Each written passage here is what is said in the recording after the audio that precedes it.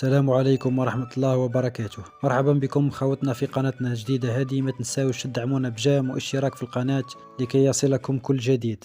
كشف المدير العام للمؤسسة الوطنية للحوم الحمراء لمين دراجي عن إمكانية شراء أضاحي العيد بالتقسيط وبدون فوائد ربوية. وخلال استضافته ببرنامج شروق مورنينج، أكد لمين دراجي وجود اتفاقيات تمكن المؤسسات التي لديها خدمات اجتماعية من شراء الأضاحي من المؤسسات الوطنية بتقسيط. وأوضح المتحدث أن العديد من الشركات والمؤسسات بادرت بالإمضاء على هذه الاتفاقية التي تسمح بدفع ثمن الأضحية بالتقسيط المريح. وعن التفاصيل، قال دراجي أن الاتفاقية تمكن المستفيد من دفع ما بين 20 إلى 25% من السعر، بينما يكون الباقي على دفعات، وهذا بدون فائدة. وفي السياق ذاته، أكد دراجي عن منح تراخيص للمربين تمكنهم من التنقل إلى الولايات من أجل بيع المواشي بطريقة مباشرة وبدون وسيط. وعن تفاصيل العملية، أوضح المسؤول أنه يتعين على المربين فقط التوجه نحو المصالح الفلاحية للولاية التي يقطن بها لطلب رخصة التنقل، وبعد استلام الرخصة والتنقل إلى الولايات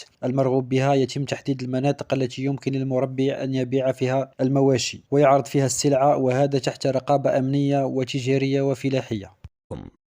لا تنسوا الإعجاب بالفيديو والاشتراك في القناة تشجيعا لنا لنستمر بنشر المزيد إن شاء الله.